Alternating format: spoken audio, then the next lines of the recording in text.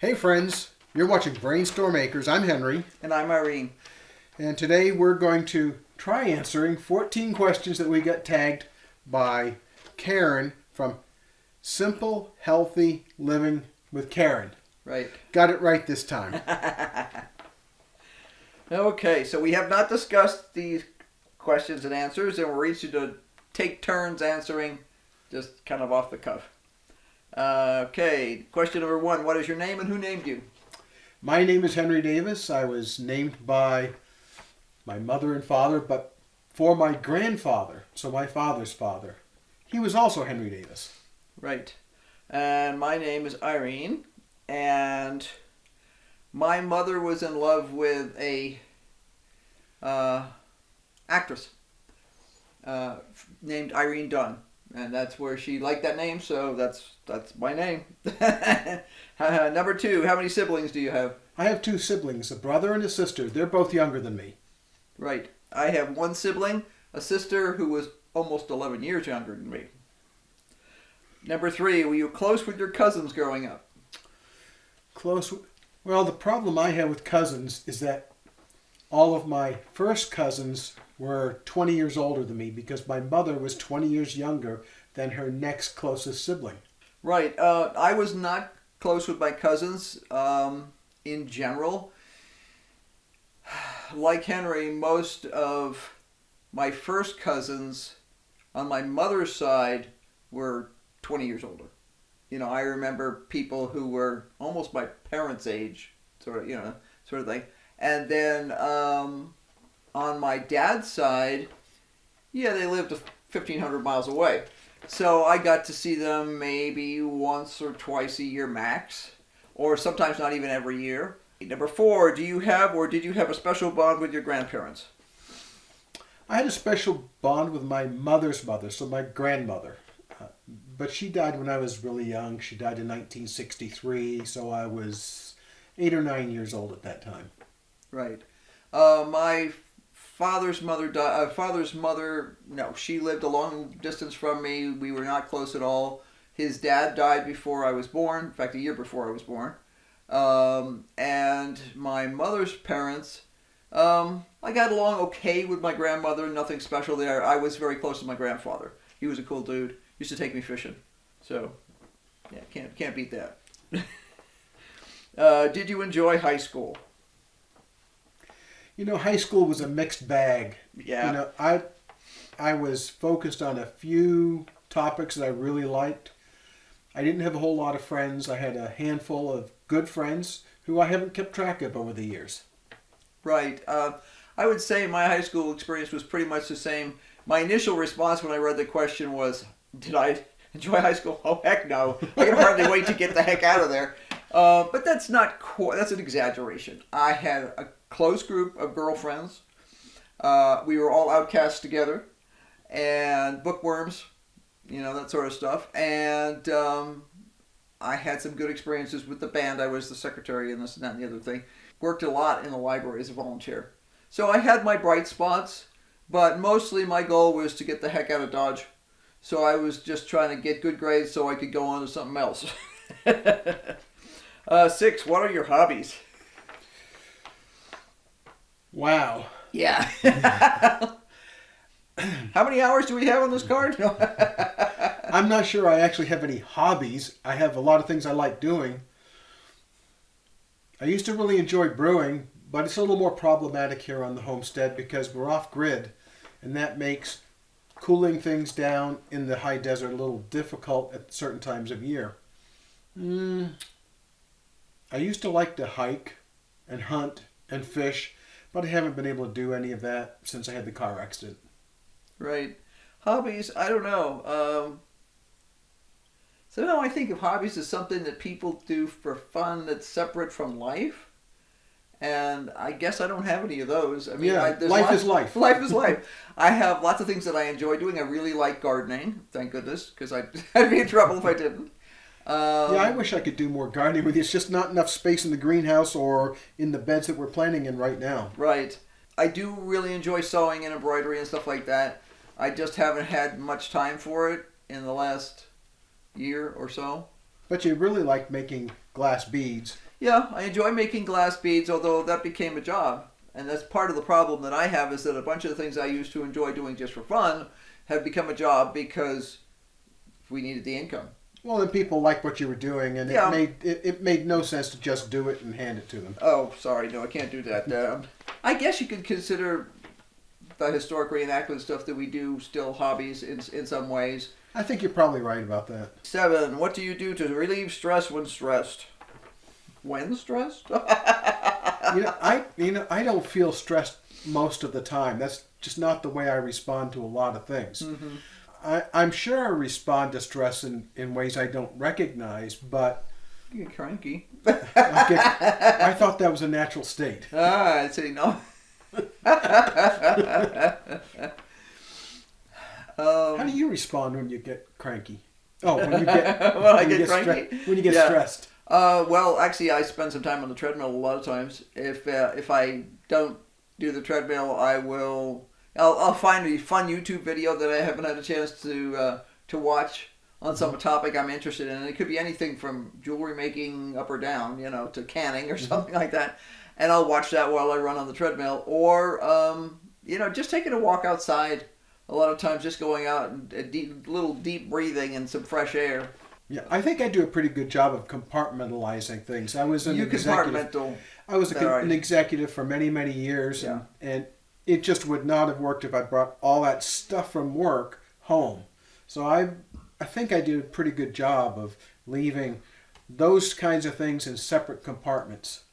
Yeah, you did, generally speaking. The problem is there's no lines in our lives anymore. We're not going to an office.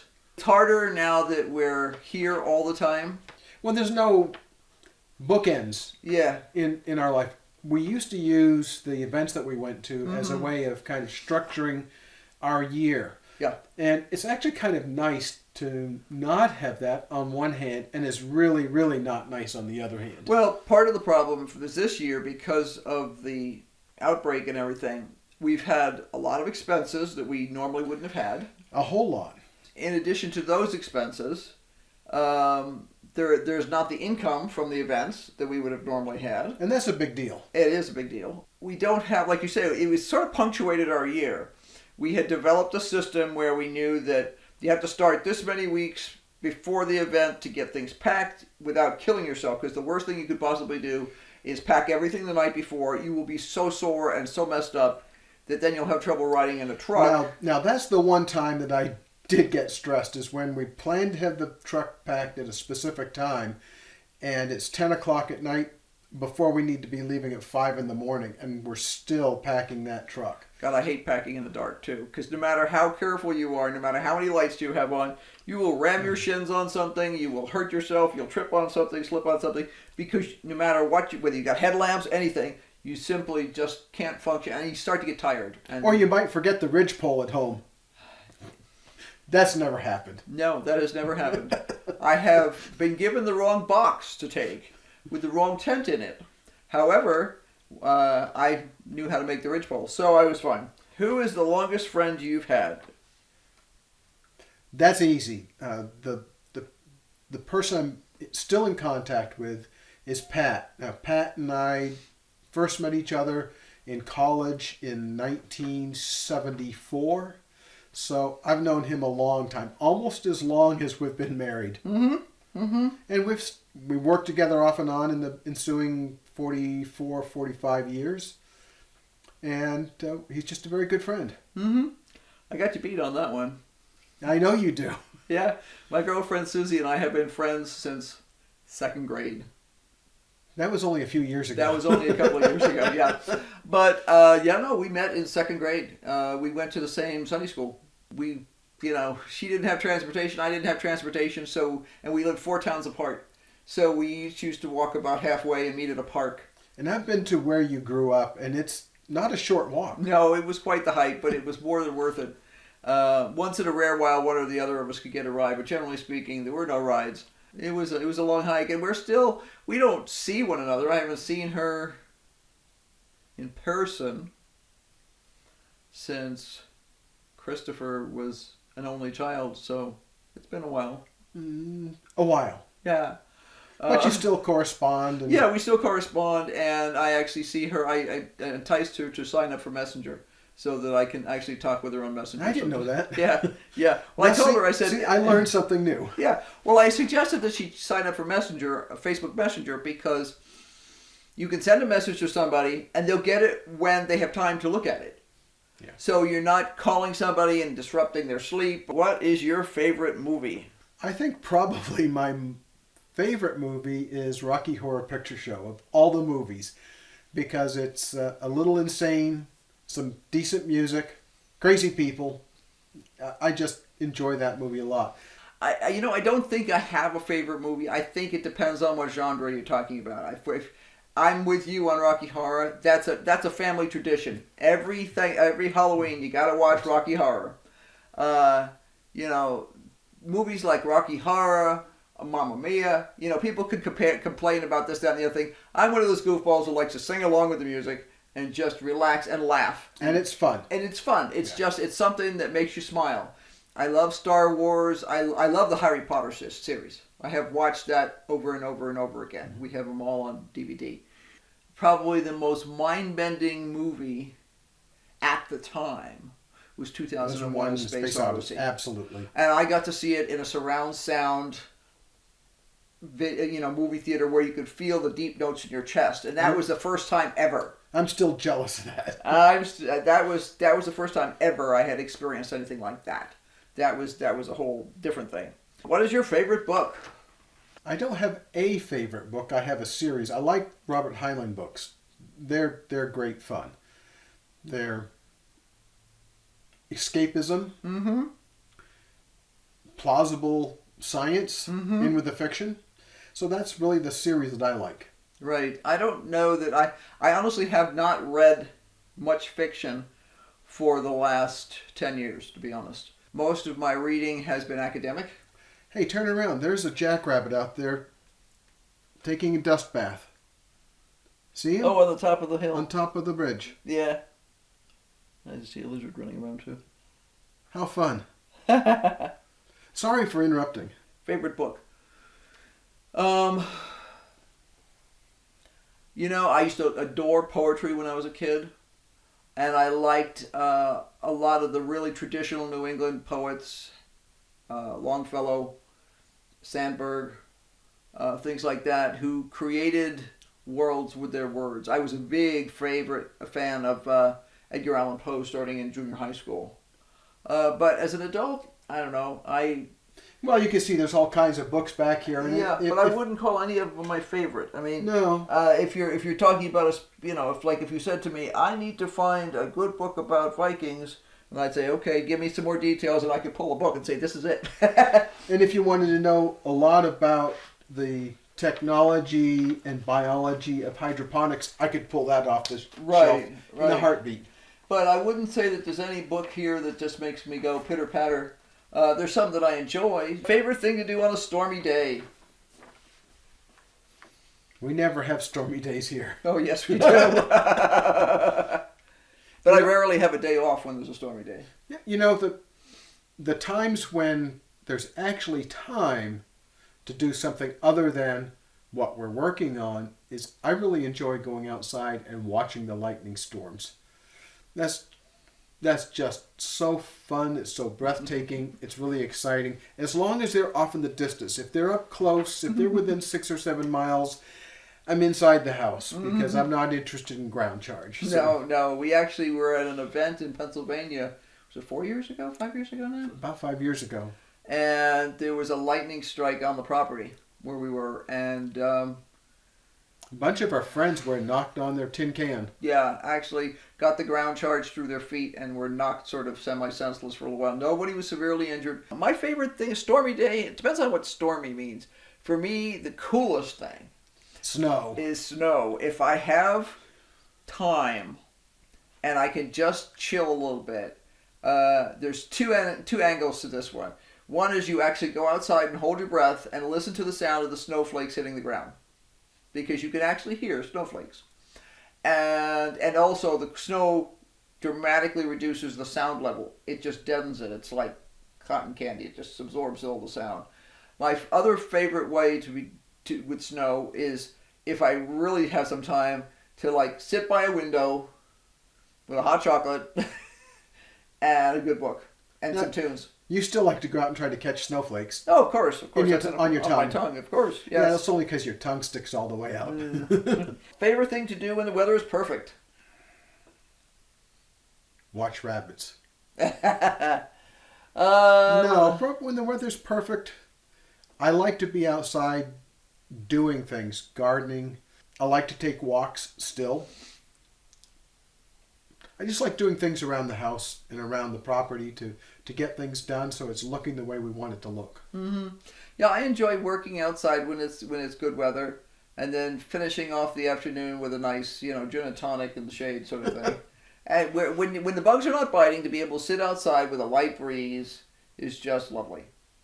Yeah, fortunately you can drink and I can't. That's true. But So you're the designated not drinker. a designated drinker. Good work when you can get it. That's true. Do you prefer the big city or a small town?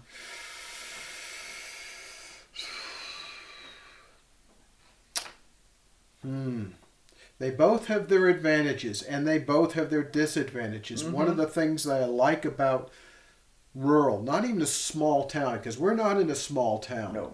But one of the things I like about a rural area is that you don't have to be around a lot of people unless you want to be. Yeah.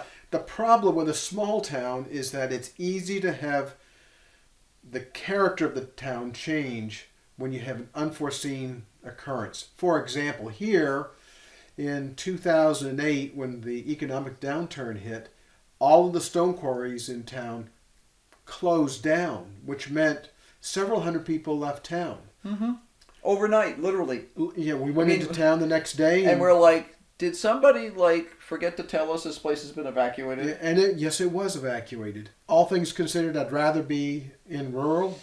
I don't know that a small town would really suit me in reality anymore. The big city in small doses is fine. I like going to the museums. I like going to the art galleries. I like doing those kinds of things. I wouldn't want to be there right now. Let's put it that way.